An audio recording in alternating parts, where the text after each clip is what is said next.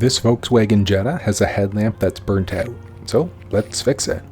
The process is going to work pretty much the same for most cars.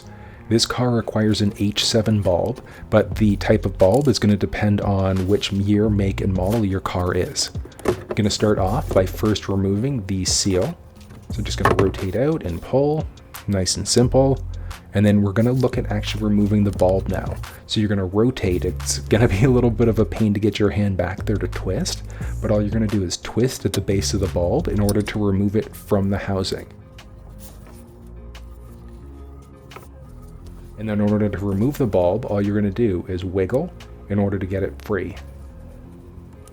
Wiggle, wiggle, wiggle. And like a glove, pulled out nice and simple. Now reinstalling the bulb is also straightforward, but you're going to notice that there's a tongue on one side of both. So you've got one side on the bulb and then one side of the plug. And what you're going to do is make sure you're going opposite for the tongues. You're just going to push in, you can see there, and then just going to reinstall. Now this part is going to be a little bit of a pain.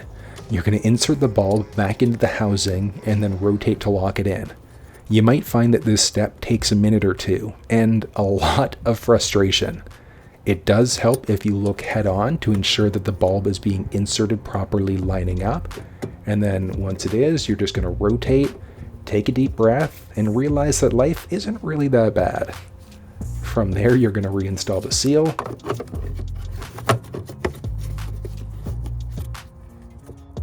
Go, and I'm going to also do the opposite side. So let's work on the passenger side by first starting off by removing that seal.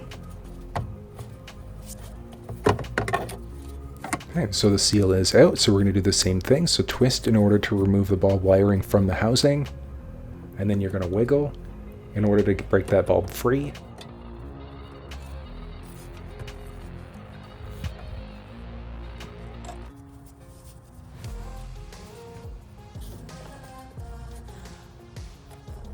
And then replacing it with the new bulb. Don't forget that we're going tongue to tongue on the opposite side.